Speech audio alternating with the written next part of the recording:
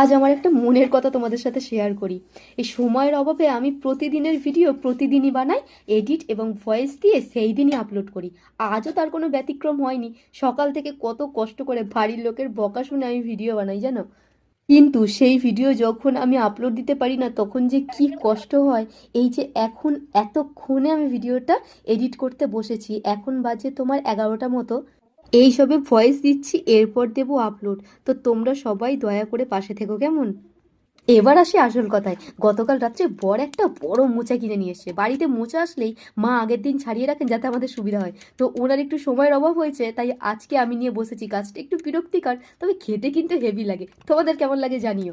মোচাটা কেটে মাকে দেখি এভাবে হলুদ জলে রেখে দিতে।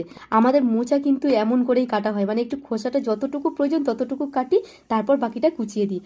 আমরা এখনকার মেয়েরা কিন্তু শর্টকাটটা হেভি বুঝি। মোচাটা কেটে দিয়ে দিলাম প্রেসারে, ওই একটা মতো সিটি পড়তে পড়তে চলো সবজিগুলো কেটে নিই। মোচার ঘন্টতে কিন্তু ওই গোবিন্দভোগ চাল বেটে দিলে হেভি সুন্দর একটা গন্ধ বেরোয় জানো। তো আজকে তো সোমবার, চালের কোনো কিছু তো খাবো না, শুধু আলু দিয়েই বানাবো। সাথে ওই উচ্ছে আর আলু দিয়ে একটা পাতলা ঝোল করব। বাড়ির মানুষগুলোর তেমন খাবার কোনো ঝামেলা নেই, তাই আমারও চিন্তা নেই। চলো, এদিকে সবজি কাটাও আমার হয়ে গেছে, আর এদিকে প্রেশার কুকারে একটা সিটিও পড়ে গেছে। জানো তো, হাতের কাছে মিক্সার গ্রাইন্ডার থাকতেও মাঝে মধ্যে না মশলা বাটতে ইচ্ছা করে না। এমন করে হয়েছি আমরা।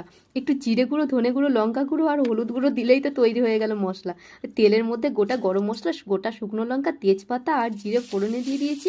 তারপরে এই আলুগুলোকে দিয়ে একটু নাড়াচাড়া করে সাথে ওই নুন হলুদ দিয়ে আর একটুখানি ভেজে নেবো, মানে আলুটাকে একটু নরম করে নেবো, যেহেতু ওই মোচাটা সেদ্ধ হয়ে আছে।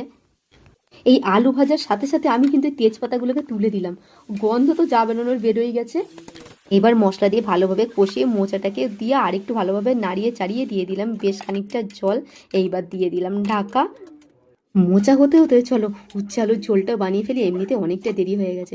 উচ্ছে আলুর ঝোল কিন্তু এক চুটকিতেই হয়ে যায়। কড়াইয়ে খানিকটা জল দিয়ে দাও, এইবার নুন হলুদ একবারে দিয়ে জলটা ফুটে গেলে উচ্ছে আর আলু দিয়ে দাও।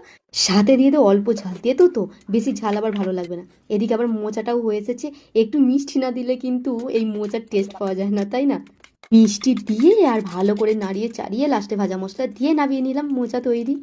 তোমরা কখনো এইভাবে মোচা বানিয়ে দেখেছো? বলো কিন্তু। এই দেখো, এদিকে আবার উচ্ছে আর আলু সেদ্ধ হয়ে গেছে।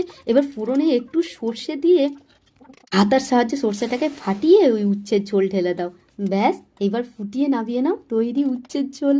আচ্ছা, আমার রান্না বান্নাগুলো তোমাদের কেমন লাগে তোমরা কিন্তু কখনো জানাওনি, জানিও কিন্তু।